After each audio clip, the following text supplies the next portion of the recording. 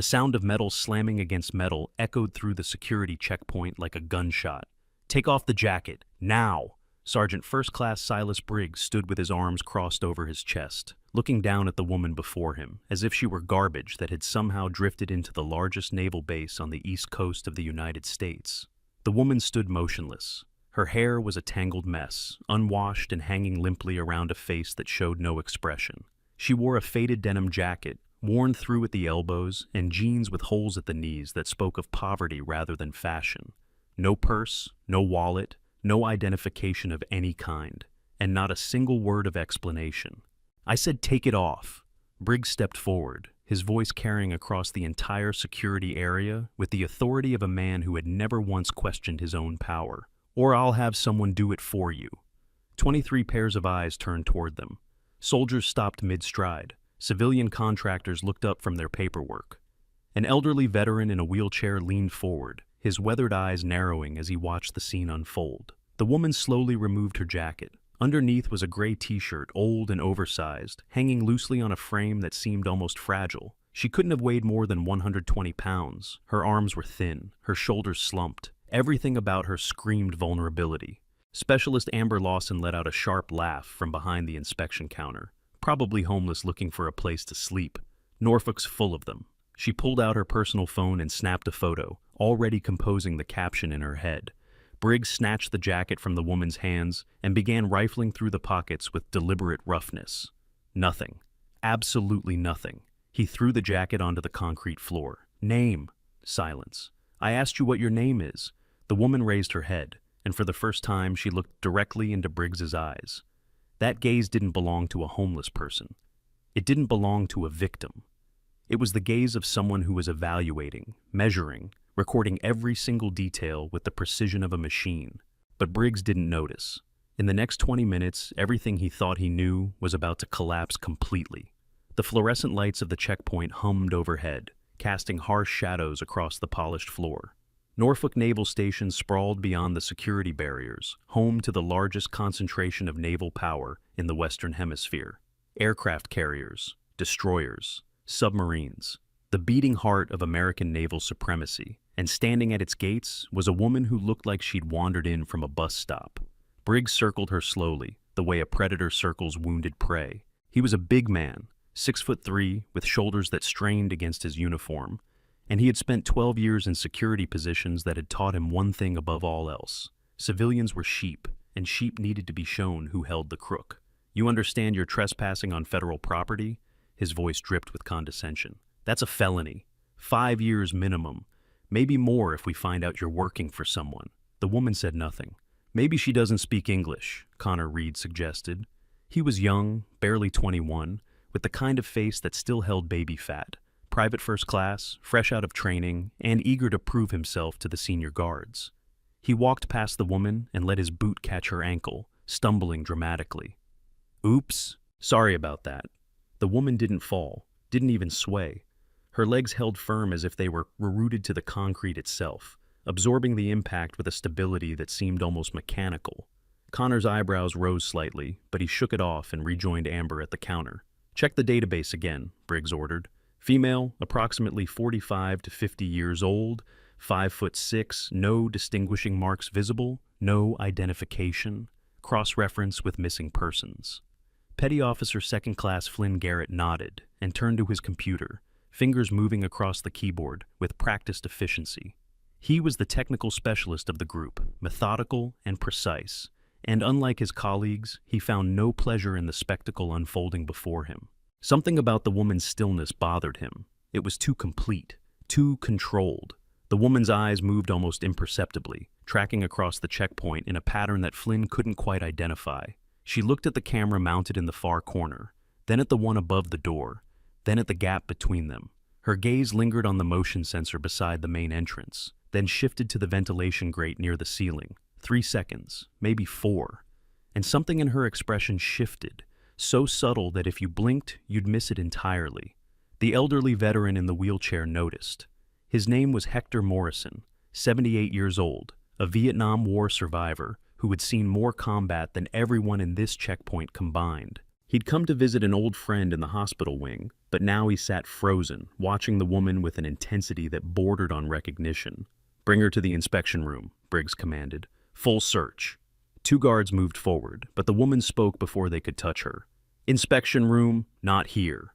Her voice was level, flat, completely devoid of emotion, but there was something beneath it, something that made Connor actually step backward without realizing he had moved. Briggs laughed. It was a cruel sound, designed to humiliate. "You think you get to make demands? Lady, you're about 3 seconds away from spending the night in a holding cell. Move." What Sergeant Briggs doesn't realize is that every word he's saying, every action he's taking, is being recorded. Not by cameras, by something far more dangerous. If you think you know where this story is heading, I promise you, you don't. Hit that subscribe button right now, because what happens next will completely change how you see this woman. And trust me, you don't want to miss the moment everything falls apart. The inspection room was small, barely 10 feet by 12, with concrete walls painted government gray and a single table bolted to the floor. A 2-way mirror dominated one wall, though no one was watching from the other side. The camera in the corner had a red light that should have been blinking, but wasn't. The woman noticed immediately. She stepped into the room and positioned herself in the far corner, her back to the wall, with a clear sight line to the door. It was the kind of positioning that Briggs had seen in training manuals, the kind that combat veterans did instinctively after years of having to watch their backs. But this woman was homeless, probably mentally ill, definitely not a threat. "Arms out," Amber commanded, pulling on a pair of latex gloves with an exaggerated snap. She'd followed them into the room, eager to be part of whatever was about to happen. "We're going to conduct a thorough search, for your safety and ours." The woman extended her arms. Amber started with the pockets of the jeans, finding nothing but lint. Then she moved to the waistband, the socks, the collar of the t-shirt. Her hands were rough, deliberately so, treating the woman's body like an object to be processed rather than a person to be respected. "What's this?" Amber's fingers closed around something beneath the gray fabric, a chain hidden under the shirt. She yanked it free, pulling out a thin silver necklace with a small metal pendant. The pendant was unusual, not quite round, not quite square. The surface had been worn smooth by years of handling, but faint markings were still visible if you looked closely, symbols that meant nothing to Amber's untrained eyes. "What is this? Some kind of good luck charm?" She held it up to the light, examining it with mock curiosity. "Looks like something you'd find in a cereal box." The woman's eyes followed the pendant, but her expression remained unchanged. "It's a challenge coin," a voice said from the doorway. Everyone turned. Master Chief Caleb Porter stood at the threshold, his weathered face unreadable. He was in his late 50s, with gray hair cropped close to his skull, and the kind of quiet authority that came from decades of service. He'd been walking past when something had made him stop, something he couldn't quite name. "Let me see that," he said, stepping into the room without asking permission. Amber hesitated, then handed it over. Porter turned the coin in his fingers, his brow furrowing as he studied the worn surface. The symbols were almost completely erased, but he could make out fragments. An eagle, a trident, numbers that might have been a date or might have been something else entirely. For just a moment, something flickered across his face. Recognition? Concern? It was gone before anyone could identify it. "Where did you get this?" he asked the woman, his voice softer than it had any right to be. She didn't answer. "Master Chief, this is a security matter," Briggs interrupted, his tone making it clear that Porter's presence was unwelcome. "We'll handle it from here." Porter's jaw tightened almost imperceptibly.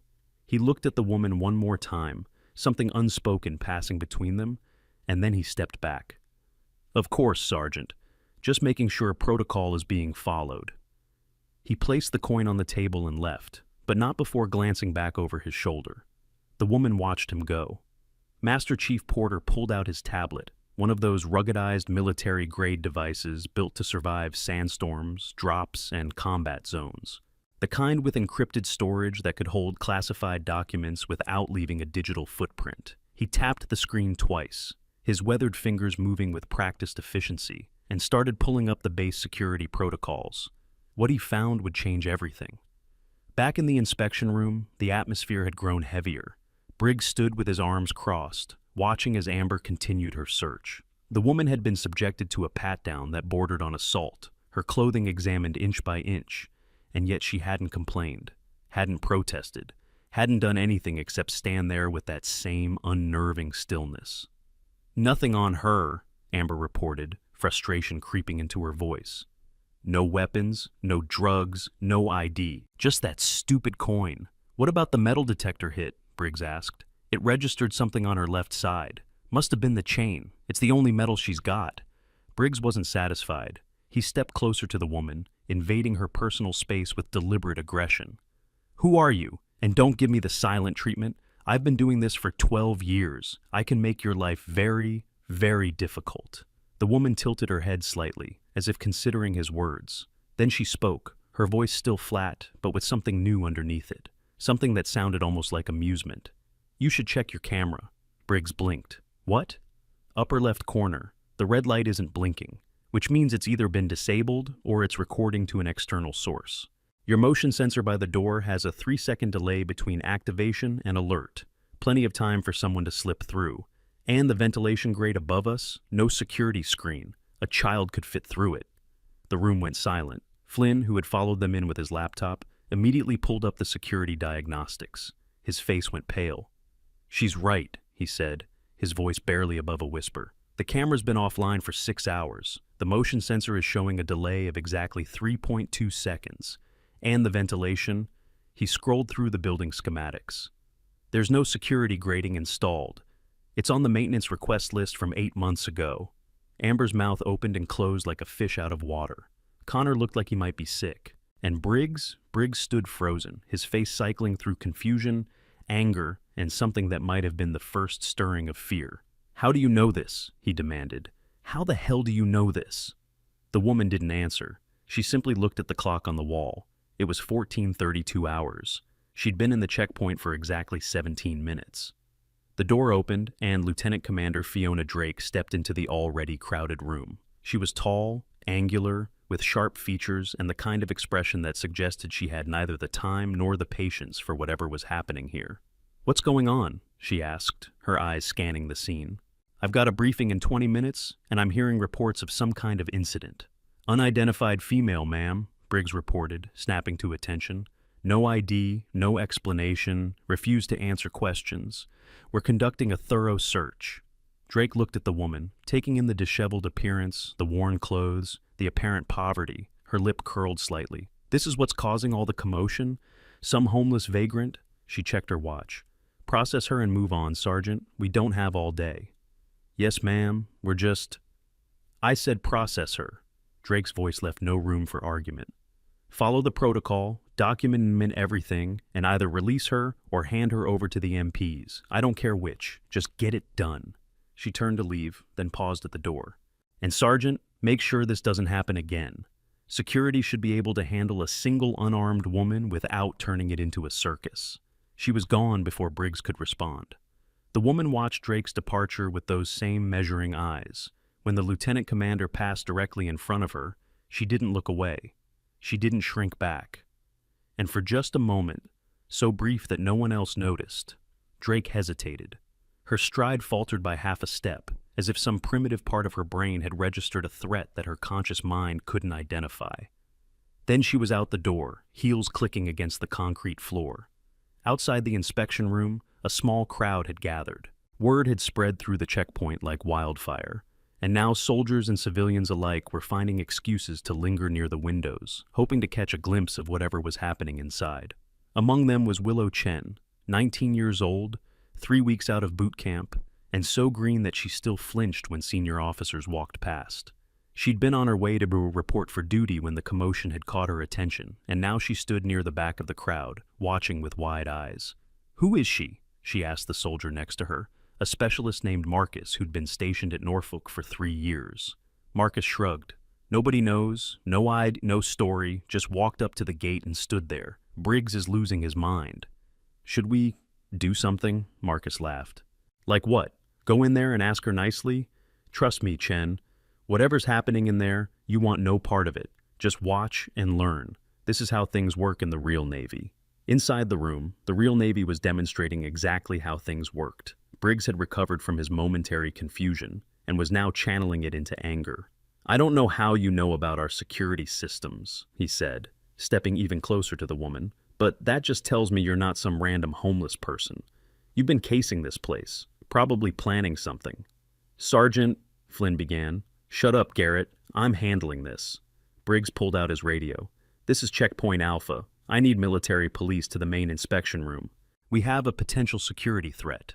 The woman's expression didn't change, but something shifted in the room. The air seemed to grow heavier. Amber took an unconscious step backward, positioning herself closer to the door. You know what I think? Briggs continued, his voice low and dangerous. I think you're some kind of spy, maybe Russian, maybe Chinese. It would explain why you know so much about our systems. It would explain why you won't talk. He smiled, the expression ugly with satisfaction. The MPs will get the truth out of you. They have ways. The door opened again, and the wheelchair rolled in. Hector Morrison Churron, the Vietnam veteran, had maneuvered his chair down the hallway and through the gathering crowd, and now he sat in the doorway with an expression that made him look decades younger. Son, he said, his voice carrying the gravel of 78 years of hard living, I think you're making a very big mistake. Briggs spun around. Sir, this is a restricted area. You need to leave immediately. I served 32 years in this country's military, Hector said, his eyes never leaving the woman. Started as a private, ended as a colonel. I've seen a lot of things in those years. Things that would give you nightmares for the rest of your life. He paused, his gaze sharpening. And I've learned to recognize certain qualities that most people miss. Sir, I'm going to have to ask you to... That woman, Hector continued, pointing at her with a gnarled finger, isn't what you think she is, not by a long shot. Briggs's face reddened with anger. With all due respect, sir, this is none of your concern. Now, please leave before I have you removed. For a long moment, Hector didn't move. He just sat there, looking at the woman with something that might have been respect, might have been recognition. Then he shook his head slowly. When you realize what you've done, he said quietly, remember that I tried to warn you. He turned his wheelchair and rolled away, leaving a silence that seemed to echo with unspoken meaning. Did you catch that? The way she moved? Something is very wrong here, or very right, depending on whose side you're on. Drop a comment below with your theory about who she really is. Subscribe if you haven't already, because the truth is about to start leaking through the cracks. The military police arrived at 14:47 hours. Sergeant Major Theo Grant and Corporal Isaac Webb, two men who looked like they'd been carved from the same block of granite. Grant was the senior officer, mid-50s with salt and pepper hair and a face that had seen too many court-martials to count. Webb was younger, quieter, with the watchful eyes of someone who'd learned that silence was often more useful than speech. Sergeant Briggs, Grant said, surveying the scene with professional detachment. Report. Unidentified female, Sergeant Major. No ID, no cooperation, possible security threat. She demonstrated detailed knowledge of our security systems. Camera placements, sensor delays, structural vulnerabilities. I believe she may have been conducting reconnaissance for a hostile party. Grant's eyes moved to the woman. She hadn't shifted position since entering the room, still standing in that corner, with her back to the wall, still watching everything with those dark, measuring eyes. Ma'am, Grant said, and the word came out differently than it had from Briggs, softer, almost respectful. Do you understand why you're being detained? The woman met his gaze. Something passed between them, a flicker of something that Webb caught, but Briggs missed entirely. Grant's posture changed, almost imperceptibly.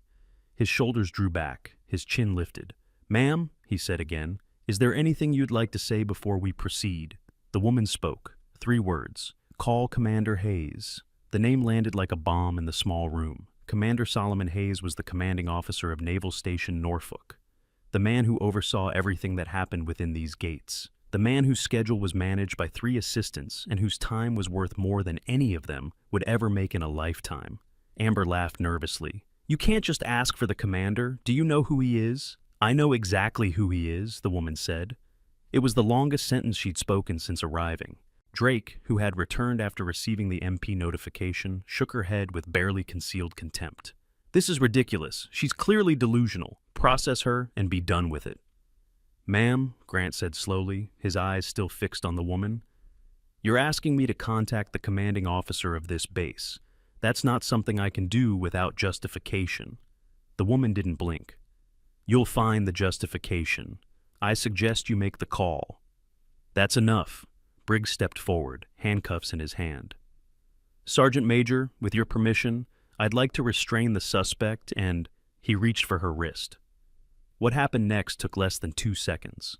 The woman's body rotated, a controlled pivot that used Briggs's own momentum against him.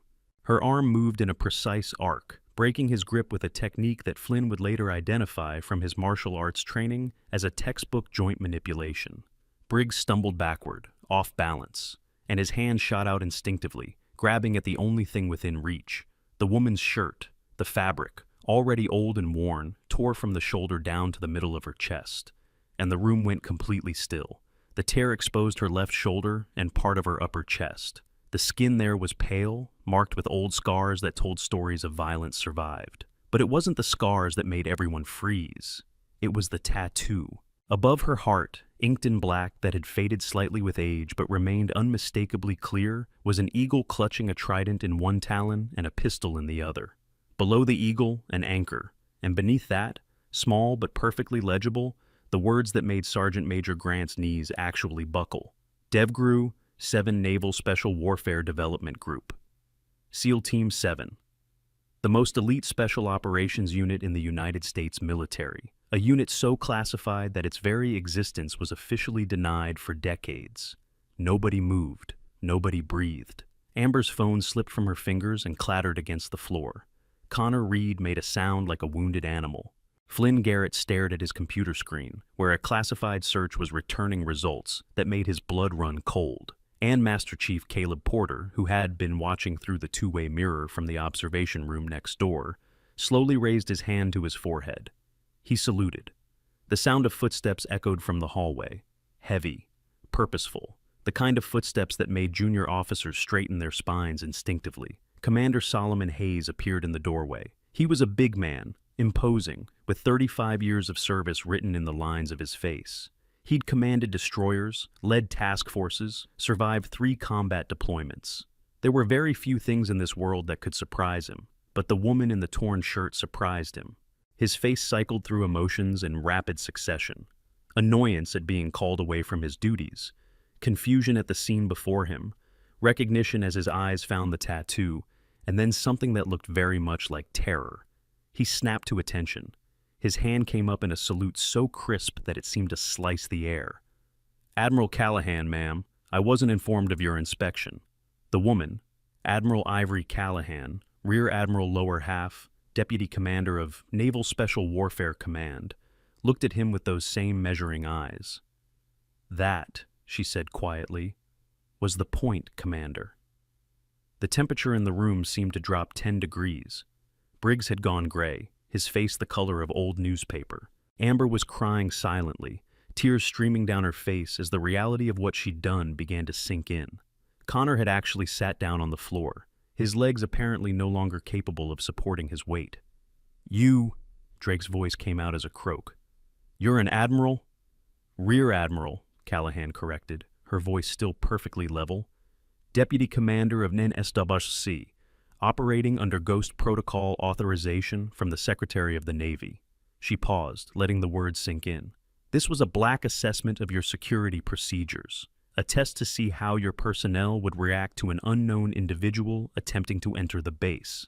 "And?" Hayes asked, though from his expression he already knew the answer.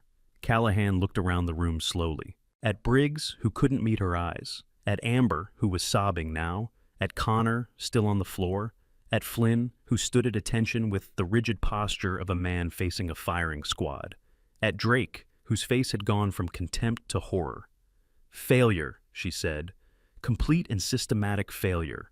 The word hung in the air like a death sentence. "Admiral," Hayes began, "I want to assure you that this behavior does not represent—" "Save it, Commander." Callahan's voice cut through his words like a blade. "I was detained for 32 minutes.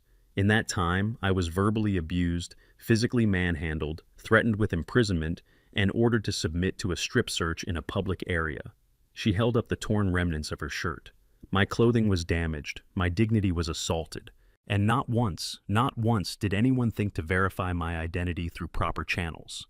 She walked to the table where her challenge coin still lay, picking it up and turning it in her fingers. "Do you know what this is, Sergeant Briggs?" Briggs opened his mouth, but no sound came out.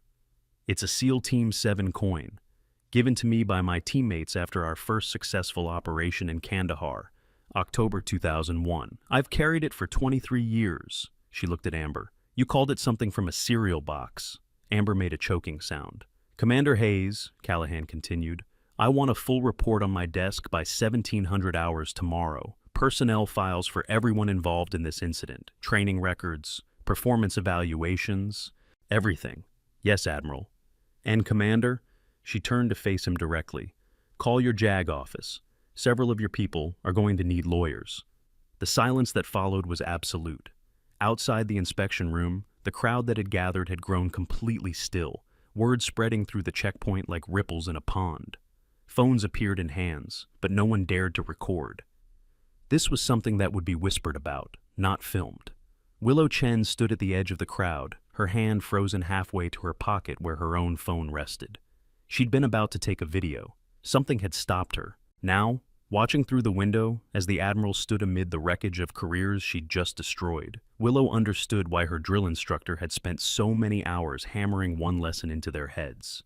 Never assume, never underestimate, and never ever forget that the most dangerous people in the world are often the ones who look the least threatening. Hector Morrison rolled his wheelchair back toward the scene, stopping beside Willow. "You didn't record," he observed. "No, sir. Why not?" Willow thought about it for a moment. "It didn't feel right. This is above my pay grade." The old veteran smiled, revealing teeth yellowed by age but still sharp. "Smart girl. Most people your age would have had that video on the internet before the Admiral finished speaking." He nodded toward the inspection room. "You know what you just witnessed?" "I'm not sure, sir." "Consequences," Hector said. "Real consequences.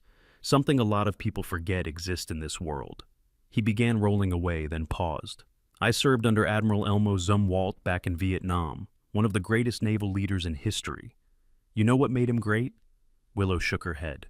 "He never forgot that every person in a uniform was a human being first. He judged people by their actions, not their appearance." Hector gestured toward Admiral Callahan. "She reminds me of him, remember that." He rolled away, leaving Willow alone with her thoughts. Inside the inspection room, the initial shock was beginning to give way to the cold, hard reality of what came next. Commander Hayes had dismissed all non-essential personnel, leaving only himself, Admiral Callahan, the 5 primary individuals involved in the incident, and Sergeant Major Grant, who had been identified as the only person to treat the Admiral with appropriate respect before her identity was revealed. "Admiral," Hayes said carefully, "may I ask how you would like to proceed?" Callahan had retrieved her denim jacket from where Briggs had thrown it on the floor. She put it on over her torn shirt, covering the tattoos that had changed everything. "First," she said, "I want to review the security footage from this incident. All of it, of course. Second, I want to see the inspection records for this checkpoint going back 6 months. Include training logs, certification dates, and any previous incidents involving civilian detainees. I'll have it compiled within the hour. Third," she turned to face the 5 people whose lives she now held in her hands. "I wanted to speak with each of them individually, starting with Sergeant Briggs." Lieutenant Commander Drake thought about her career, 15 years of service, her military retirement fund, the veteran life insurance policy she'd just upgraded last month. Everything she'd worked for could vanish in a single moment of bad judgment. The specialized coverage for military families wasn't cheap, but looking at the woman in front of her now, Drake realized some decisions cost far more than money. The individual interviews took place in Hayes' office, 1 floor up from the checkpoint. It was a corner room with windows overlooking the base, walls covered with commendations and photographs of ships that Hayes had commanded. An American flag stood in one corner. A Naval Academy pennant hung behind the desk. Briggs went first. He entered the office like a man walking to his own execution, which wasn't far from the truth. Callahan sat behind Hayes' desk. The commander had insisted, a gesture of deference that spoke volumes about the power dynamics at play. She didn't look up when Briggs entered. She was reading something on a tablet, her finger swiping slowly across the screen. "Sit down, Sergeant." Briggs sat. His hands were shaking. 12 years in security positions, Callahan said, still reading. "Promoted twice. Reprimanded once, in 2018, for excessive force during a detention. She looked up. That reprimand was removed from your record after you filed a grievance. Do you remember what you said in that grievance? Briggs's throat worked. I said that the force was justified given the threat level. The detainee was a 17-year-old dependent who'd forgotten her ID card. Callahan's voice was ice. She weighed 90 pounds. She was crying, and you threw her against a wall hard enough to leave bruises. The report? I've read the report. I've also read the original incident statement before it was modified by your supervisor. She set the tablet down. I'm going to ask you a question, Sergeant, and I want you to think very carefully before you answer. Why did you treat me the way you did? Briggs opened his mouth, closed it, opened it again. The protocol states, protocol doesn't state that you should throw a detainee's personal belongings on the floor. Protocol doesn't state that you should mock them, threaten them, or order a strip search in a public area. Protocol states that you should identify, document, verify, and escalate. Callahan leaned forward. You did none of those things, so I'll ask again, why? The silence stretched. When Briggs finally spoke, his voice was barely audible. Because I could. Callahan nodded slowly. Because you could. Because you had power, and I, had none. Because there were no consequences, no oversight, no one who would believe my word against yours. She stood. That, Sergeant, is the definition of abuse of authority. And in the United States Navy, abuse of authority is not just a violation of regulations. It's a betrayal of everything this uniform is supposed to represent. Admiral, please, court-martial, Callahan said flatly. You'll be formally charged within 72 hours. Until then, you're relieved of duty and confined to quarters. She picked up the phone on the desk. Sergeant Major Grant, please escort Sergeant Briggs to his quarters. As Briggs was led away, something broke inside him. Not his pride. That had been shattered the moment he had seen that tattoo. Something deeper. Something that had allowed him to believe for 12 years that he was one of the good guys. He wasn't crying. Men like Briggs didn't cry. But the hollowness in his eyes told the same story. Amber was next. Unlike Briggs, she didn't try to explain or justify. She walked in, sat down, and waited for judgment with the resigned expression of someone who knew there was no escape. Specialist Lawson, Callahan began. Tell me about the photographs. Amber's face, already pale, went gray. The photographs? The ones you took on your personal phone, of me, in a detention situation. Callahan's voice was soft, almost gentle, which somehow made it worse. Did you think I didn't notice? I was going to delete them. Were you? Before or after you posted them on social media? Amber said nothing. I've already requested a warrant for your phone records. I suspect we'll find that you've done this before. Other detainees, other vulnerable people who had the misfortune of passing through your checkpoint. Callahan folded her hands on the desk. Tell me I'm wrong? Amber's silence was answer enough. Discharge, Callahan said. Other than honorable conditions. You'll lose your benefits, your security clearance, and any hope of government employment for the next 10 years. If the phone records show what I think they'll show, you may also face criminal charges for privacy violations. I have a child, Amber whispered. A mortgage. Please. You should have thought about that before you treated vulnerable people like entertainment. Callahan's voice held no sympathy. Dismissed. Connor Reed came next, and his interview was the shortest. He walked in crying, sat down crying, and spent the first 5 minutes apologizing through sobs that made his words nearly incomprehensible. He was 21 years old. He'd joined the Navy because his father had served, and his grandfather before that. He'd never expected to end up here. You kicked me, Callahan said when he'd calmed enough to speak, when you walked past. You deliberately struck me and then pretended to trip. I was trying to fit in, Connor managed.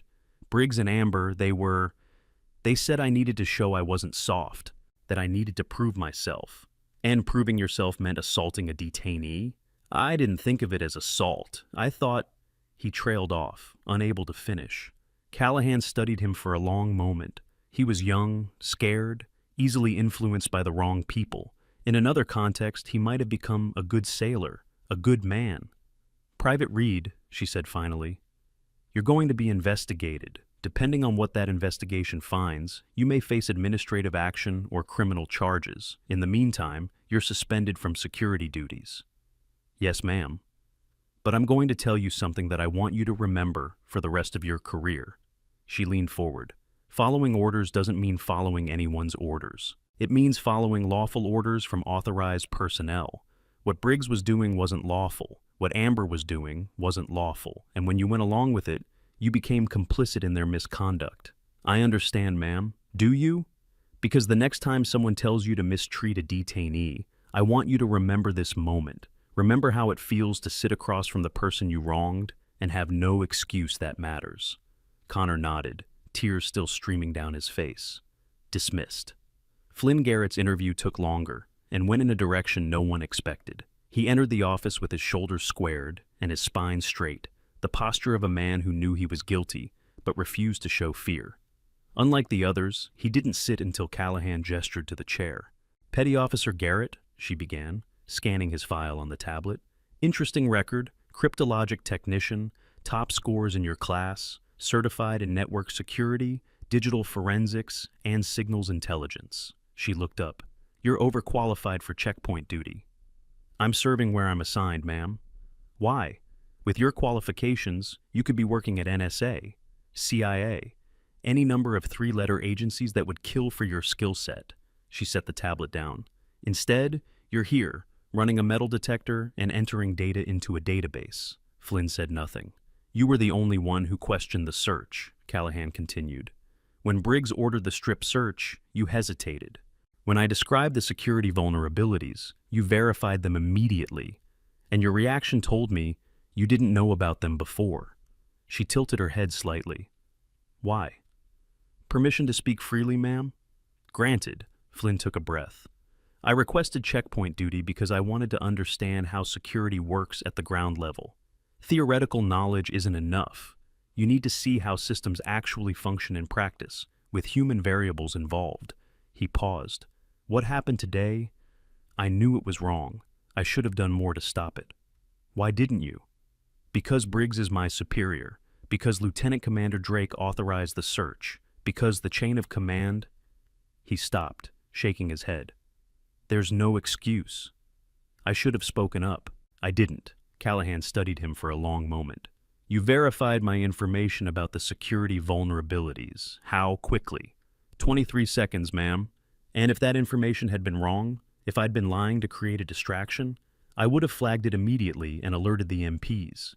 A ghost of something that might have been approval crossed Callahan's face. "Petty Officer Garrett, I'm going to recommend that you be reassigned to a position that better utilizes your capabilities. You'll receive a letter of counseling for your role in today's events, but no formal disciplinary action." Flynn blinked. "Ma'am? You made mistakes today, but you also demonstrated critical thinking under pressure, willingness to question assumptions, and, most importantly, the integrity to admit fault without deflection." She stood, signaling the interview was over. "The Navy needs more people like that. Don't make me regret this decision." "I won't, ma'am. Thank you." As Flynn left, something had shifted in his expression. Not relief exactly, something more like resolve. Fiona Drake was last. She entered Hayes's office with the rigid bearing of someone holding themselves together through sheer force of will. Her career wasn't just damaged, it was hanging by a thread, and she knew it. 15 years of service, promotions, commendations, all of it potentially erased by one afternoon of bad judgment. "Lieutenant Commander Drake," Callahan said, gesturing to the chair. Drake sat.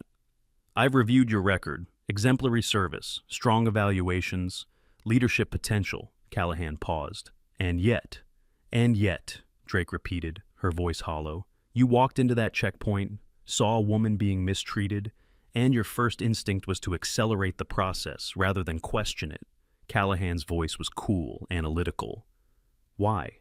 Drake was silent for a long moment. When she spoke, her voice was barely above a whisper. "Because I was busy. Because she looked like nothing, like no one important." She swallowed hard. "Because I assumed." "You assumed." "Yes, ma'am." "And what have you learned today about assumptions?" Drake looked up, meeting Callahan's eyes for the first time. "That they can end careers, end lives. That when you're in a position of authority, Every assumption you make has consequences for people who can't fight back. Callahan nodded slowly. Lieutenant Commander, I'm not going to end your career today. Drake's breath caught. You're going to receive a letter of reprimand that will go into your permanent file. It will likely affect your chances for promotion. You may spend the rest of your career at this rank. Callahan leaned back. But you followed protocol. When you gave the order to proceed, you also instructed your personnel to do it correctly. That doesn't excuse your behavior, but it demonstrates that somewhere beneath the assumptions, there's an officer who understands the rules. Thank you, Admiral. Don't thank me. I'm not doing you a favor. Callahan's voice sharpened. I'm giving you a second chance because I believe you can learn from this. Prove me wrong, and that letter of reprimand will be the least of your worries. I understand, ma'am. Do you? Callahan stood, walking to the window. Outside, the sun was beginning to set over Norfolk, painting the base in shades of orange and gold. I've spent 23 years in special operations. You know what the most important lesson I've learned is? Drake shook her head. It's not about strength. It's not about weapons or tactics or training. Callahan turned to face her. It's about never, ever forgetting that every single person you encounter, whether they're wearing a uniform or not, whether they have credentials or not, is a human being first. The moment you start seeing people as categories instead of individuals, you've already lost. Drake sat in silence, absorbing the words. That woman you dismissed today, the homeless vagrant who wasn't worth your time, Callahan's voice softened slightly. She could have been anyone, a veteran who lost everything to PTSD, a mother fleeing an abusive husband, a witness to a crime who needed help. She paused. Or, as it turned out, an admiral conducting a security assessment. The point is, you didn't know, and instead of finding out, you assumed the worst. You're right, Drake said quietly. You're absolutely right. Then remember this feeling. Every time you walk into a checkpoint, every time you see someone who looks like they don't belong, remember how it feels to realize you were the one who didn't understand. Callahan moved toward the door. Dismissed, Lieutenant Commander. And Drake? Yes, ma'am. Do better. The door closed behind Drake, leaving Admiral Callahan alone in Commander Hayes' office. The sun had nearly set now, casting long shadows across the room. She stood at the window, looking out at the base that sprawled beneath her, the ships, the buildings, the thousands of personnel who had no idea what had happened today. Behind her, the door opened. Master Chief Caleb Porter entered, carrying 2 cups of coffee.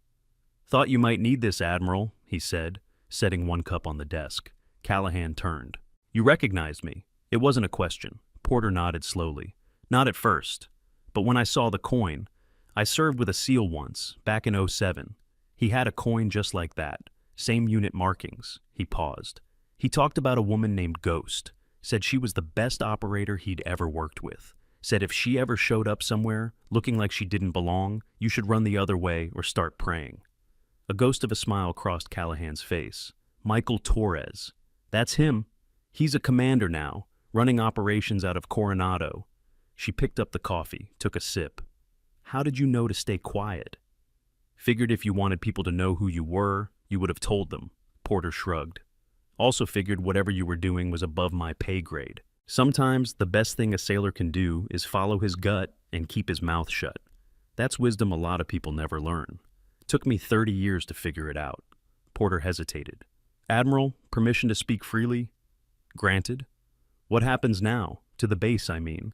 To the people who weren't involved but saw what happened. Callahan set down her coffee and moved back to the window. Word is going to spread. It already has. By tomorrow, everyone on this base will know that an admiral was strip-searched at the main gate. She turned to face Porter. And that's exactly what I want.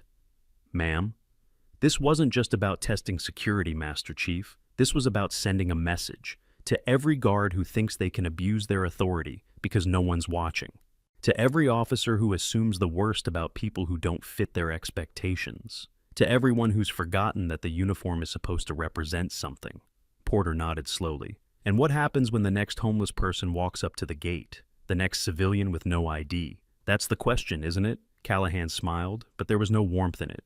I can file reports, I can end careers, I can restructure protocols and mandate training, but I can't change culture, not by myself. That takes everyone, every sailor, every officer, every civilian contractor, making the choice to do better. And if they don't, then I'll be back. She picked up her jacket, shrugging it on over her ruined shirt. And next time, I won't announce myself at all. The base was quiet as Admiral Callahan made her way to the parking lot where a black SUV waited.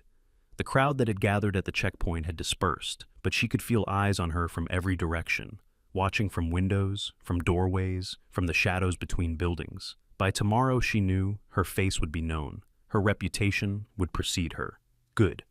Master Chief Porter walked beside her, silent and steady. When they reached the SUV, he opened the rear door and stood at attention.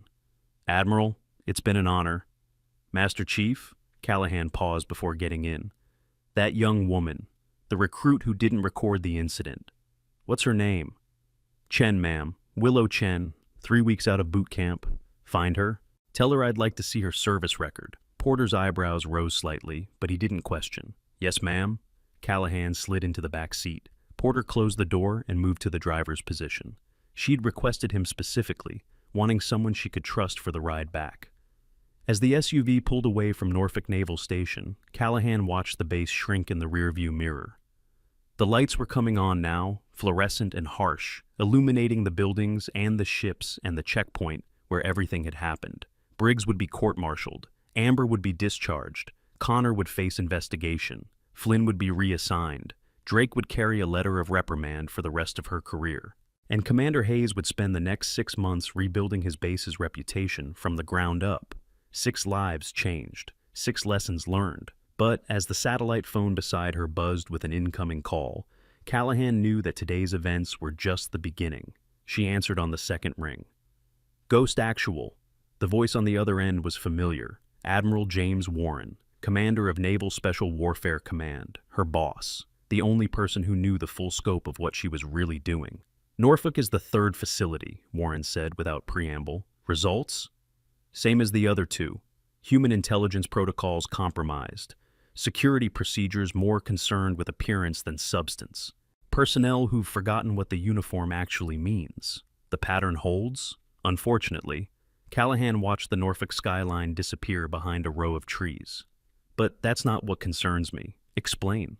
"The security vulnerabilities I identified today, the offline camera, the sensor delay, the unsecured ventilation, those aren't random failures. They're systematic. Someone disabled specific systems in a specific pattern." She paused. "Someone who knew exactly what to target." Silence on the other end. Then, "You're saying we have a mole." "I'm saying we have a leak somewhere in Niasvausi. Someone who has access to security protocols, inspection schedules, and Ghost Protocol authorization codes." Callahan's voice hardened. "They knew I was coming, Admiral. Maybe not today specifically, but they knew the inspections were happening, and they've been preparing. That's a serious allegation. It's a serious situation." More silence. When Warren spoke again, his voice was grave. "DevGru 7 is being activated. We've found a connection point. Communications intercepts that suggest the leak is internal, high-level internal." He paused. "They know about you, Ivory. They know about Ghost." Callahan's expression didn't change, but something shifted behind her eyes. "Who knows? We haven't identified them yet, but the intercepts are clear. They're tracking your movements, your assessments. They know you're getting close to something." "Then I'll get closer." "That's not why I'm telling you this." Warren's voice carried a warning. "I'm telling you because you need to be careful. Whoever these people are, they're not playing games. 3 facilities compromised in the same way. Coordinated security failures. That's not coincidence. That's infrastructure. They've built something, and you're threatening it." "Good." Callahan looked out the window at the darkening sky. "Then it's time to stop testing and start hunting." She ended the call and set the phone aside. Porter, who had been driving in silence, glanced at her in the rearview mirror. "Trouble, Admiral?" "Always, Master Chief." She met his eyes in the reflection. "But that's what we're here for." The SUV continued down the highway, carrying Admiral Ivory Callahan away from Norfolk and toward whatever came next. Behind her, the base settled into its evening routine. Guards changing shifts, sailors returning to quarters, officers filing paperwork about an incident that would be talked about for years. And somewhere in the darkness, someone was watching, waiting, planning. The hunt was just beginning. But that's a story for another time. We're about to cross a point of no return. Everything you've seen so far has been building to what comes next. If you're watching without subscribing, now's the time, because in the next few minutes, this whole story explodes. Briggs would need a lawyer, a good one, the kind that specialized in military tribunal defense, JAG proceedings, and court-martial cases. There were online courses now, legal preparedness training for service members facing disciplinary action. He'd laughed at those ads before. He wasn't laughing anymore. Some lessons you learn too late. Now you understand why they call her Ghost. But this story isn't over. There's another video that shows what happened next. The investigation, the classified files, the secrets that never made it to the news. Links in the description. The morning after the incident dawned gray and cold over Norfolk Naval Station, the kind of December morning that made bones ache and breath visible. But the chill in the air was nothing compared to the frost that had settled over the base's administrative offices. Commander Solomon Hayes hadn't slept. He'd spent the night in his office, reviewing security footage, compiling reports, and making phone calls that he'd hoped he would never have to make. The coffee on his desk had gone cold hours ago, but he kept drinking it anyway, the bitter taste matching his mood. At 0600 hours, his phone rang. Fleet Forces Command. "Commander Hayes," the voice on the other end said, "Admiral Richardson wants a full briefing by 0900. In person. Bring everything." The line went dead before Hayes could respond. He set down the phone and looked out his window at the base awakening below. Sailors moving between buildings, their breath fogging in the cold air. Ships sitting at dock, their hulls gleaming with morning frost. Everything looked normal. Everything looked exactly as it had yesterday morning, before a woman in a torn denim jacket had walked through his gate and destroyed careers with nothing more than patience and a tattoo. But nothing was normal, nothing would be normal for a very long time. The holding area where Briggs had been confined overnight was a small room in the security building, furnished with a cot, a toilet, and a single chair. It wasn't technically a cell, he hadn't been formally charged yet, but the locked door and the guard outside told a different story. Briggs sat on the cot, staring at his hands. They were big hands, capable hands, hands that had held weapons and written reports and grabbed a woman's wrist hard enough to tear her shirt. He kept seeing that moment in his mind, playing on an endless loop. The fabric ripping, the tattoo appearing, the world collapsing. He'd called his wife at midnight after the MPs had escorted him here. She'd cried, asked what was going to happen to them, to their mortgage, to their son's college fund. He hadn't had answers. He still didn't. The door opened and a JAG officer stepped in. Lieutenant Commander Sarah Mitchell, according to her nameplate. Young, sharp-eyed, with the kind of expression that suggested she'd seen this situation before and wasn't impressed. "Sergeant Briggs," she said, sitting in the chair across from him, "I've been assigned as your preliminary counsel. Before we proceed, I need to inform you of your rights under the Uniform Code of Military Justice." She began reading from a card, the words flowing over Briggs like water over stone. He heard them without processing them. Article 32, investigation, right to counsel, right to remain silent. "Do you understand these rights as I've explained them?" Briggs nodded slowly. "Yes, ma'am." "Good." Mitchell set aside the card and pulled out a tablet. "Now, let's talk about what happened yesterday. Start from the beginning." Briggs opened his mouth to speak, but nothing came out. "Where did you start explaining how you destroyed your own life? How did you put into words the moment when everything you thought you knew turned out to be a lie?" "Sergeant, I thought she was nobody," Briggs finally said, his voice hoarse. "I looked at her and I saw nothing, just another problem to be processed."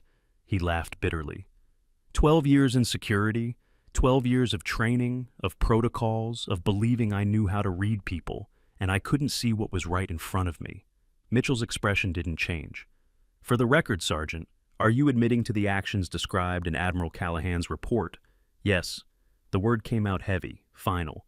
"Yes, I did everything she said I did, and more." She made a note on her tablet. "The charges being considered include conduct unbecoming, abuse of authority, assault, and dereliction of duty. Depending on the investigation's findings, additional charges may be added." "What's the maximum sentence?" Mitchell paused. "For the combined charges, dishonorable discharge, forfeiture of all pay and allowances, and confinement for up to 10 years. The number hung in the air. 10 years. His son would be 28 when he got out. His wife would be... He couldn't even think about it.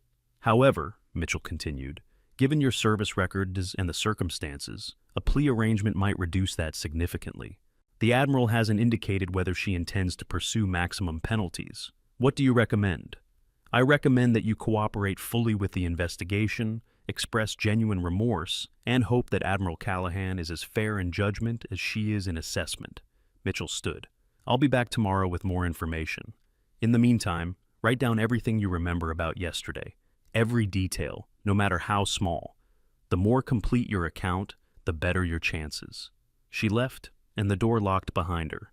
Briggs sat alone in the silence, thinking about fairness, about judgment, about a woman who had stood in his checkpoint, endured his abuse, and never once raised her voice or lost her composure. Real authority doesn't need a badge.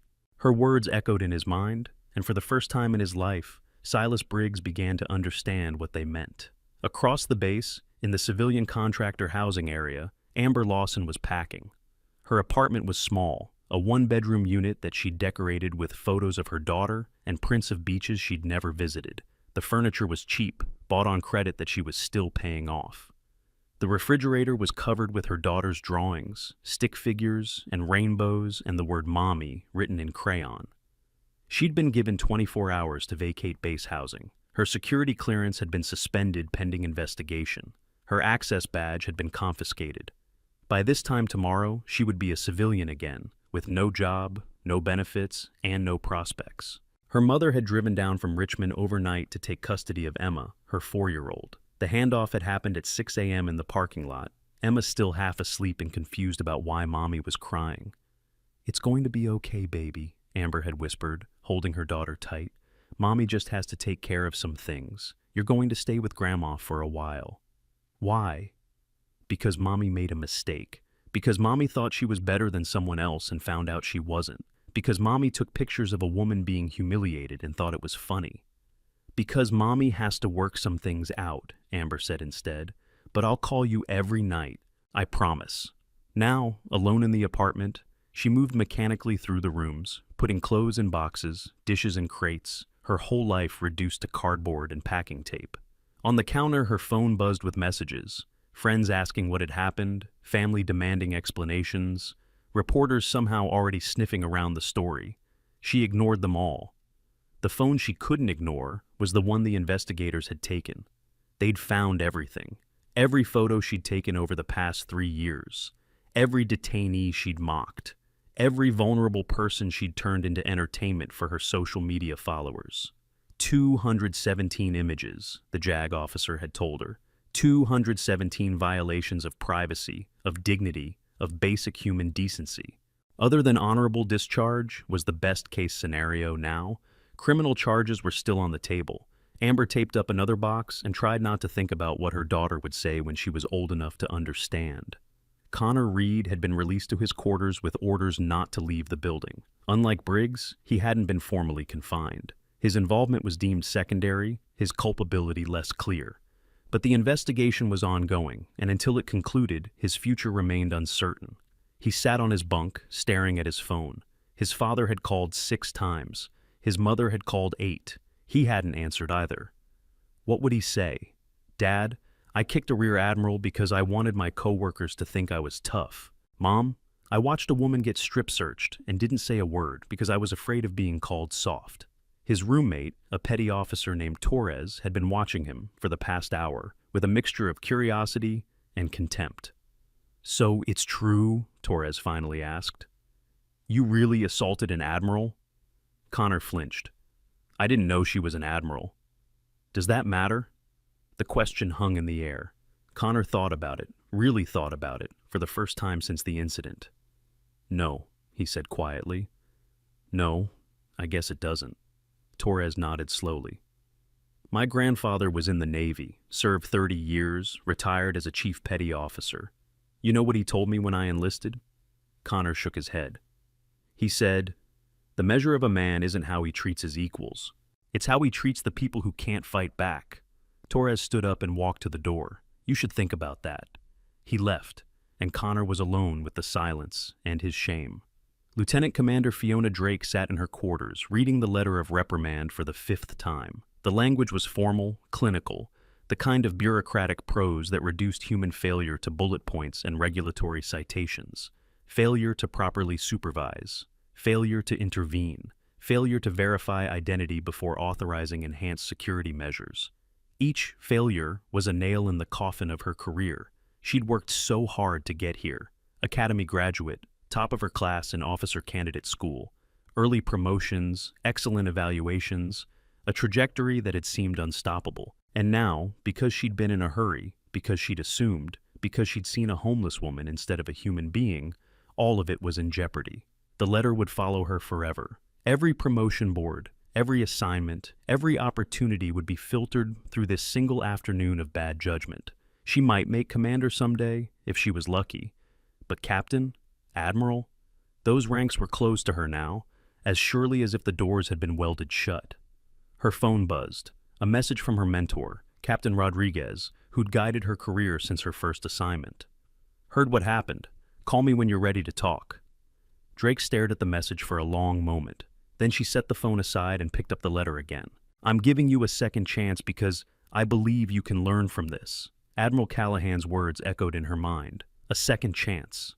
Most people didn't get those. Most people who failed as spectacularly as she had found themselves quietly shuffled into dead-end assignments, their careers allowed to wither until they gave up and resigned. But the Admiral had seen something in her, something worth preserving, something worth another chance. Drake folded the letter carefully and placed it in her desk drawer. Then she picked up her phone and dialed Captain Rodriguez's number. It was time to figure out how to be better. The news spread through Norfolk Naval Station like fire through dry brush. By noon, everyone knew. An admiral had been strip-searched at the main gate. Careers had been destroyed. An investigation was underway that would likely reach far beyond the 5 people directly involved. In the enlisted mess hall, conversations dropped to whispers whenever officers walked past. In the officers' club, drinks were consumed in unusual quantities. In the security buildings across the base, guards who had never given a second thought to their checkpoint procedures suddenly found themselves reviewing protocols with desperate intensity. Admiral Callahan had wanted to send a message. The message had been received, but not everyone was afraid. In a small office in the administrative building, a man sat at his computer, scrolling through classified communications with an expression of controlled panic. He was middle-aged, unremarkable in appearance, the kind of person who blended into the background of any military installation. His name was Robert Keene, and he had worked in naval intelligence for 22 years. For the past 3 of those years, he'd also worked for someone else. The woman they called Ghost was getting too close. Her inspections weren't random, they were systematic, methodical, designed to probe specific vulnerabilities that only someone with inside knowledge would know to target. The security gaps she'd identified at Norfolk weren't accidents. They'd been deliberately created, backdoors built into the system, for purposes that had nothing to do with national security. Keene pulled out a burner phone and typed a message. Ghost is hunting, Norfolk compromised. Recommend immediate protocol shift. The response came within minutes. Acknowledged, continue monitoring, package extraction scheduled. He deleted the messages and tucked the phone back into his pocket. Whatever happened next, he needed to stay calm, stay invisible, stay exactly who everyone thought he was. The hunt was on, but the hunter didn't know that the prey was already watching. Now you understand why they call her Ghost. But this story isn't over. There's another video that shows what happened next. The investigation, the classified files, the secrets that never made it to the news. Links in the description. The formal investigation began 3 days after the incident, led by a team from Naval Criminal Investigative Service that descended on Norfolk like a surgical strike force. They interviewed everyone who had been present at the checkpoint. They reviewed every second of security footage. They examined phone records, email logs, personnel files going back years. What they found was worse than anyone had expected. The security vulnerabilities that Admiral Callahan had identified weren't isolated failures. They were part of a pattern that stretched across multiple facilities, multiple years, multiple commands. Someone had been systematically compromising naval security infrastructure, creating gaps that could be exploited by anyone who knew where to look. And someone clearly did. Commander Hayes received the preliminary report on a Wednesday morning, and by Wednesday afternoon, he'd aged 10 years. How is this possible? He asked the NCIS lead investigator, Special Agent Diana Reeves. A woman whose expression suggested she'd seen things that would give most people nightmares. How could this happen under our noses? That's what we're trying to determine, sir. Reeves spread a series of documents across Hayes's desk. The disabled camera in the inspection room, it was taken offline by someone with administrative access to the security network. The motion sensor delay, introduced through a firmware update that was approved through normal channels. The missing ventilation grating, the maintenance request was filed, approved, and then quietly deleted from the system. You're saying this was deliberate. I'm saying this was sophisticated. Someone with intimate knowledge of your security systems has been making them weaker for at least 18 months. Reeves paused. Admiral Callahan's assessment didn't just expose poor procedures, it exposed sabotage. Hayes sat heavily in his chair. Do we know who? Not yet, but we're working on it. Reeves gathered her documents. In the meantime, Commander, I'd recommend increasing security on all sensitive areas. Whoever did this knew they'd be discovered eventually. They may have other plans in place. Other plans? If I'd spent 18 months building back doors into a naval facility, Reeves said, I'd want to use them before someone closed them. Wouldn't you? She left, and Hayes immediately picked up his phone. He had calls to make. Lots of calls. The court-martial proceedings against Sergeant First Class Silas Briggs began 2 weeks after the incident, faster than anyone had expected. Admiral Callahan had pushed for expedited handling, arguing that the base needed closure and the personnel needed to see that misconduct had consequences. The hearing was held in the base's legal building, a stark room with fluorescent lights and the kind of institutional furniture that seemed designed to crush hope. Briggs sat at the defense table in his dress uniform, medals that he had earned over 12 years of service gleaming on his chest. His attorney, a civilian lawyer his wife had hired by mortgaging their house, sat beside him with a thick folder of documents. Admiral Callahan was present, seated in the gallery in her own dress uniform. She had refused to testify remotely, insisting on being there in person. If I'm going to end a man's career, she'd said, I should at least have the decency to look him in the eye while I do it. The charges were read. The evidence was presented. Security footage showed Briggs throwing the woman's jacket on the floor, invading her personal space, grabbing her wrist. Audio captured his threats, his mockery, his absolute certainty that he was dealing with someone who didn't matter. The defense argued mitigating circumstances. Briggs had been following what he believed to be established practice. He'd never received training on how to handle unidentified civilians who demonstrated unusual knowledge of security systems. He'd been operating under stress, understaffed, concerned about potential threats. None of it mattered.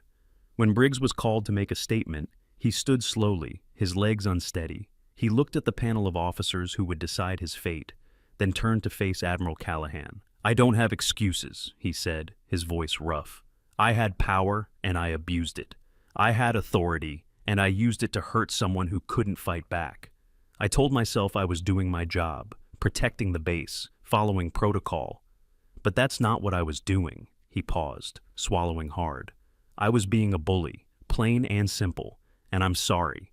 Not because I got caught, because I finally understand what I did wrong. The room was silent. Admiral Callahan, Briggs continued, what you did took courage. Walking into a hostile situation without backup, without identification, trusting that the system would eventually recognize you. I would never have had that courage. I would never have trusted the system that much. He took a shaky breath. You taught me something about what real strength looks like, about what real authority means. I'm not going to forget it. He sat down. Admiral Callahan's expression remained neutral, but something flickered in her eyes, something that might have been respect. The panel deliberated for 4 hours. When they returned, the verdict was unanimous. Guilty on all charges. The sentence was severe but not maximum. Reduction in rank to private, forfeiture of all pay and allowances for 12 months, and a bad conduct discharge to be executed upon completion of confinement. The confinement period was set at 18 months. It could have been worse. It could have been 10 years. But as Briggs was led away by the MPs, his uniform already missing the stripes he'd worn for a decade, worse and less worse seemed like distinctions without difference. His career was over. His life, as he'd known it, was over. And somewhere in the back of his mind, a small voice whispered that maybe, just maybe, that wasn't entirely a bad thing. Amber Lawson's discharge processing was completed without ceremony. One moment she was a specialist in the United States Navy. The next, she was a civilian with a DD-214 that might as well have been stamped with the word failure in red letters. The criminal charges had been dropped, ultimately. The photographs she'd taken, while violations of policy, didn't quite rise to the level of criminal prosecution. But the other-than-honorable discharge meant she'd lost everything anyway. Her benefits, her GI Bill eligibility, her ability to ever work in government again. She stood outside the administrative building, holding an envelope with her final paperwork, and watched sailors walk past in uniforms she'd never wear again. Some of them recognized her. Most looked away. Her mother was waiting in the parking lot, Emma in the car seat in back, already asleep. "Ready?" her mother asked. Amber looked back at the beast one last time. 4 years of her life, reduced to a manila envelope and a bus ticket home. "Yeah," she said, "I'm ready." They drove away, and Amber didn't look back again. Connor Reed's investigation concluded with a finding of minor misconduct. He received a formal counseling statement, was reassigned to a non-security position, and was placed on probation for 12 months. His career wasn't over, but it was wounded, limping along under the weight of a mistake he'd made at 21 years old. The night after the findings were announced, he sat in the base chapel, alone in the dim light filtering through stained glass windows. He wasn't particularly religious, hadn't been to church since his grandmother died when he was 16, but something had drawn him here, a need for quiet, a need for space to think. The door opened behind him, and footsteps approached. He didn't turn around. "Mind if I sit?" He looked up. Willow Chen, the female recruit he'd seen watching from the crowd, stood in the aisle with an uncertain expression. "Sure," Connor said. She sat a few pews away, maintaining distance but present. For a long moment, neither of them spoke. "I saw what happened," Willow finally said.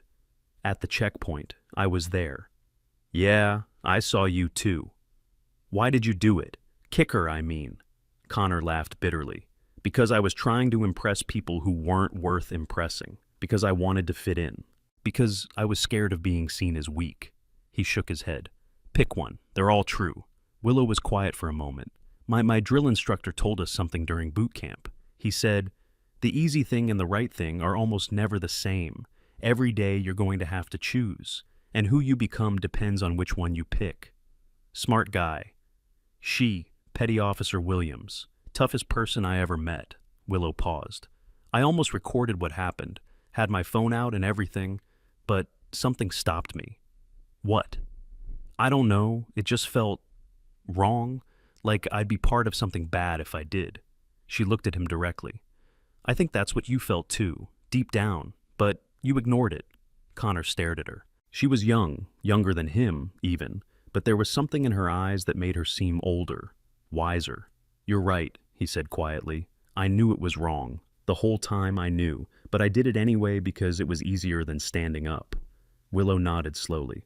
"So, what are you going to do now?" "What do you mean?" "You made a mistake, a bad one, but you're still here. You've still got a chance to be someone different." She stood up. "The question is, are you going to take it?" She walked away, leaving Connor alone with the silence and the fading light. He sat there for a long time, thinking about choices, about who he wanted to be, about who he could still become. When he finally left the chapel, something had shifted inside him. Something small but significant. The first step on a long road. He didn't know where it would lead, but for the first time since the incident, he wanted to find out. Flynn Garrett received his reassignment orders on a Friday afternoon. Effective immediately, he was being transferred to the Naval Information Warfare Center in San Diego, assigned to a classified project that required his exact combination of skills. The orders had come from high up, higher than his chain of command, higher than Commander Hayes, higher than anyone at Norfolk had the authority to question. Someone had pulled strings on his behalf. He suspected he knew who. On his last day at Norfolk, he found himself at the checkpoint where everything had happened. It looked the same as it had 2 weeks ago. The same gates, the same buildings, the same fluorescent lights. But the guards were different now, more careful, more attentive, more aware that anyone walking through those gates might be more than they appeared. Garrett, he turned. Master Chief Caleb Porter stood behind him, his weathered face as unreadable as ever. "Master Chief?" "Heard you're leaving, San Diego." "Yes, Master Chief." Porter nodded slowly. Good assignment, important work. He paused. You know who made that happen? Flynn hesitated. I have a suspicion. Admiral Callahan doesn't forget the people who show integrity under pressure. She also doesn't forget the people who fail that test. Porter looked at the checkpoint, his eyes distant. I've seen a lot of careers end in that building. Some deserved it, some didn't. The difference usually comes down to one thing. What's that? Whether they learned anything. Porter turned back to Flynn. Did you? Flynn thought about the question carefully before answering. I learned that following orders isn't the same as doing the right thing. I learned that silence can be complicity, and I learned that the people who deserve respect often don't look like what you expect. A hint of something that might have been approval crossed Porter's face. Then you learned more than most people learn in a lifetime. Don't waste it. He walked away, leaving Flynn alone at the checkpoint. The next morning, Flynn boarded a plane for California.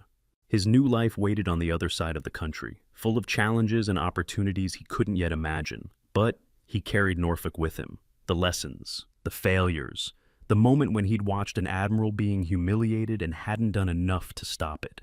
He'd do better next time. He'd have to. Admiral Ivory Callahan stood at the window of her office at Naval Special Warfare Command headquarters in Coronado, California, watching the Pacific Ocean stretch toward the horizon. 2 weeks had passed since Norfolk. 2 weeks of briefings, reports, investigations, and the quiet work of hunting a shadow that seemed to be everywhere and nowhere at once. The phone on her desk buzzed. Admiral, your 3 o'clock is here. Send her in. The door opened and a young woman entered. 19 years old, 3 weeks out of boot camp when the incident had happened. Now 5 weeks in and already catching the attention of people who mattered. Willow Chen stood at attention, her uniform crisp, her eyes uncertain. At ease, Callahan said. Sit down.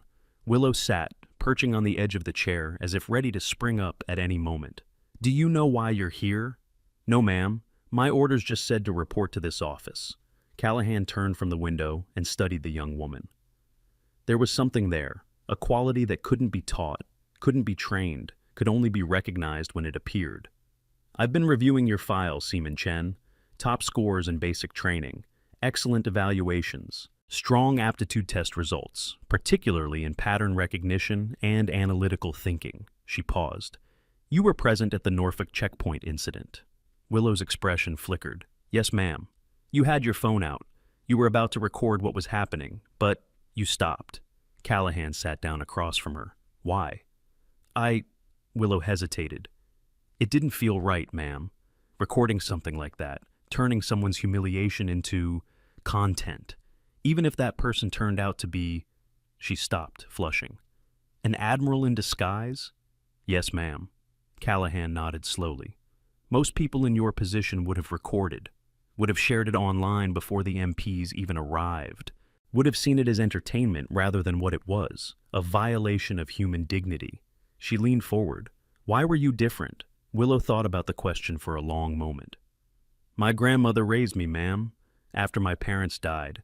She was a refugee from Vietnam, came over in 1975 with nothing, spent years being treated like she was less than human because of how she looked, how she talked, where she came from. She paused.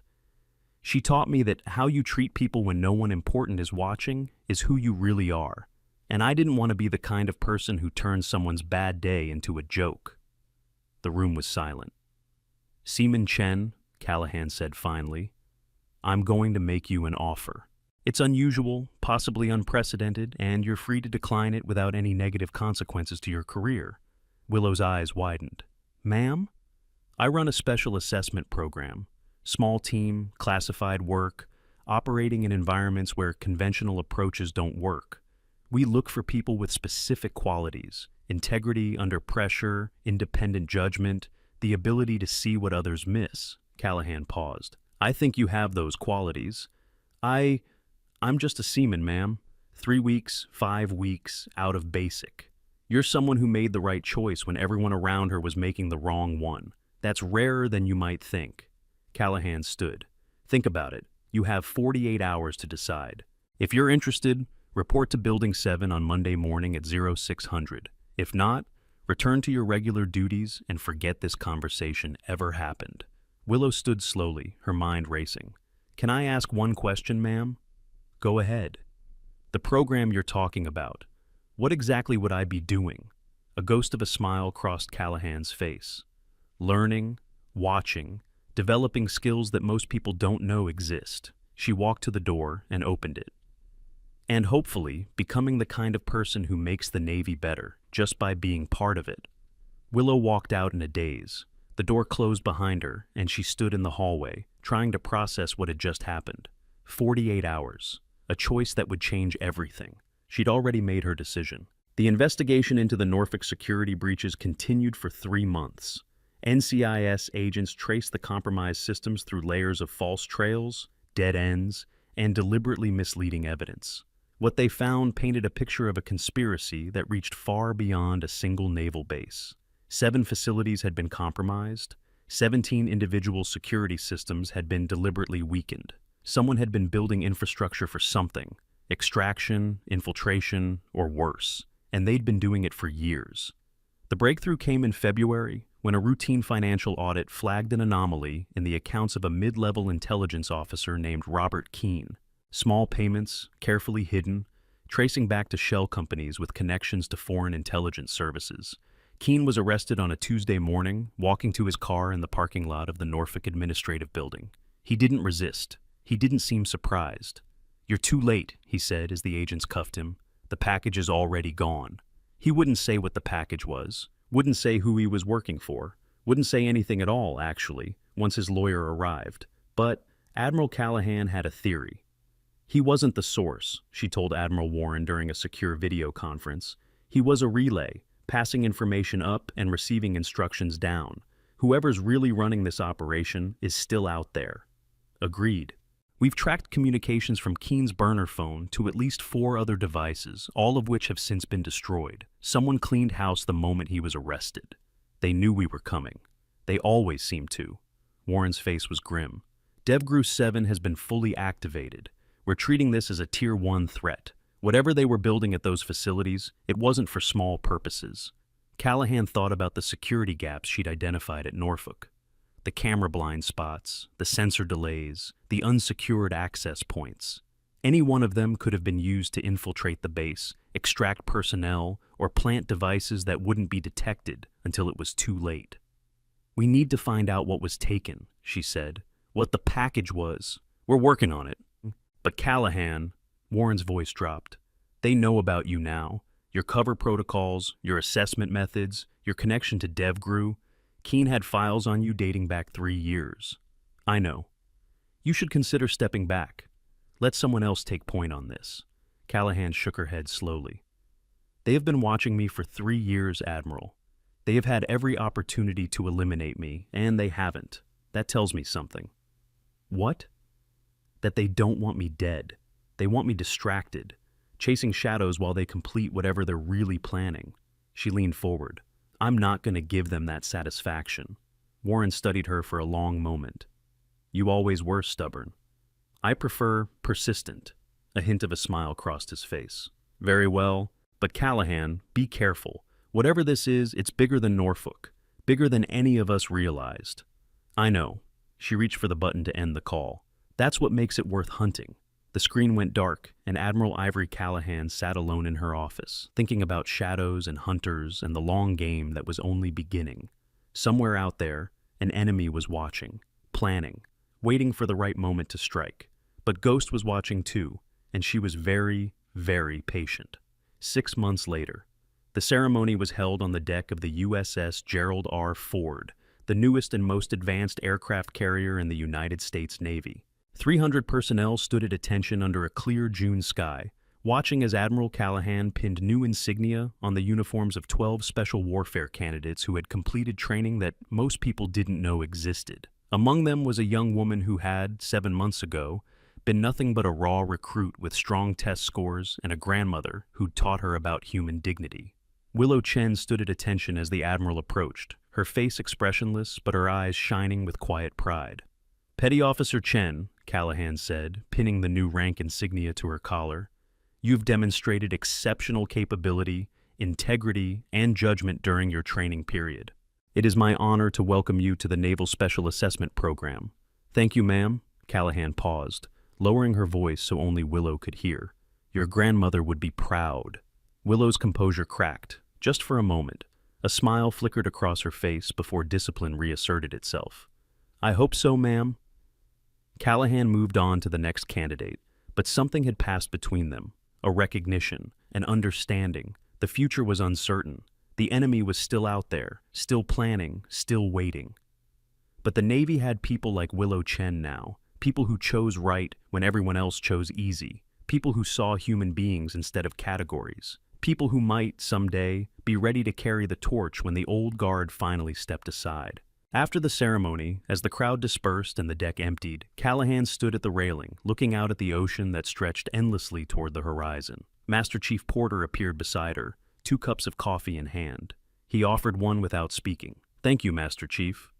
Ma'am. They stood in comfortable silence, watching the waves and the seagulls and the vast blue expanse that had been the Navy's domain for centuries. Do you think it matters? Porter finally asked. What we did at Norfolk, the careers we ended, the lessons we taught. Do you think any of it actually changes anything? Callahan considered the question carefully. I used to believe that one person couldn't change a system. That culture was too big, too entrenched, too resistant to individual action. She took a sip of coffee. I was wrong. Ma'am? One person can't change everything, but one person can change one thing. And if enough people change enough things, she shrugged. Eventually, the whole picture shifts. Porter nodded slowly. The young ones, Chen and her class, they're different than we were at their age. Better? More aware, maybe. More conscious of the weight of the uniform. He paused. They've seen what happens when people forget that weight. They won't make the same mistakes. No, Callahan agreed. They'll make new ones, different ones. That's how progress works. You solve the old problems and discover new ones waiting underneath. Sounds exhausting. A rare smile crossed Callahan's face. It is, but it's also the only thing worth doing. Her satellite phone buzzed. She checked the screen, and her expression shifted subtly. Not alarm, not surprise, but recognition. The hunt was still on. The shadows were still moving. Duty calls, Master Chief. Always does, Admiral. She walked away across the deck, her footsteps firm and purposeful, already focused on whatever came next. Master Chief Porter watched her go, then turned back to the ocean. Somewhere out there, storms were brewing. Enemies were planning. The world was full of people who wanted to tear down everything the uniform represented. But it was also full of people like Admiral Callahan, like Willow Chen, like the thousands of sailors and officers who put on the uniform every day and tried, however imperfectly, to live up to what it meant. That had to count for something. Porter finished his coffee and headed below deck. There was work to do, always work to do, and he had long since learned that the only way through was forward. The hunt continued, the story continued, and somewhere in the darkness, Ghost was still watching. The phone call that would change everything came at 03:17 on a Thursday morning. Admiral Callahan was asleep in her quarters on the Coronado base when the secure line rang. She was awake and answering within 3 seconds, a habit from decades of midnight alerts, emergency deployments, and conversations that couldn't wait for daylight. Ghost, actual. Admiral. The voice belonged to Admiral Warren, and something in his tone made Callahan sit up straighter. We found the package. Where? That's the problem. Warren paused. It's not a thing. It's a person. One of ours. Someone extracted from Norfolk 3 days before your assessment. Callahan's blood went cold. Who? Lieutenant Commander David Park, intelligence officer. He was reported UA, unauthorized absence, and everyone assumed he'd gone AWOL over personal issues. Turns out he was taken. Keen's network grabbed him and shipped him overseas before anyone realized what was happening. Is he alive? Unknown. But we've intercepted communications suggesting he's being held somewhere in Eastern Europe. They want something from him, something he knows that we didn't realize he knew. Callahan was already out of bed, pulling on clothes. What did he have access to? That's what we're trying to determine. But, Admiral, Warren's voice dropped. His specialty was penetration analysis, identifying weaknesses in enemy systems, finding ways in that no one else could see. You're saying he knew how to break into things. I'm saying he might know how to break into everything, including our things. If the wrong people get that knowledge out of him, I understand. Callahan was dressed now, moving toward her office. What do you need from me? DevGru 7 is being briefed as we speak. You're the mission commander. Wheels up in 4 hours. She stopped walking. Admiral, with respect, I'm a flag officer. I don't go on field operations anymore. You do now. This comes from the Secretary himself. Park knows you. You served together in '09. If anyone can get him out in one piece, psychologically stable enough to be useful, it's you. Callahan closed her eyes. 23 years of service. Countless operations, countless missions, countless moments when everything hinged on decisions made in fractions of seconds. She'd thought those days were behind her. Apparently not. 4 hours, she said. I'll be ready. She ended the call and stood in the darkness of her quarters, thinking about Lieutenant Commander David Park, about the knowledge locked in his head, about the enemies who wanted to extract it. The hunt had just become a rescue mission, and Ghost was going back into the field. As she gathered her equipment and prepared for the operation ahead, Admiral Callahan allowed herself one moment of reflection. The past 7 months had been building to this. The inspections, the investigations, the slow unraveling of a conspiracy that reached deeper than anyone had imagined. Norfolk had been the beginning, the visible tip of an iceberg that descended into darkness. Now she was going to find out how deep it went. Her last act before leaving was to send a message to Willow Chen, newly promoted and newly assigned to a position that would keep her informed of developments. Watch everything, trust no one, and remember, real authority doesn't need a badge. 3 hours and 47 minutes later, Admiral Ivory Callahan boarded a military transport aircraft bound for a location that didn't officially exist, to rescue a man who wasn't officially missing from enemies who weren't officially identified. The hunt was evolving, the story was far from over, and Ghost was just getting started.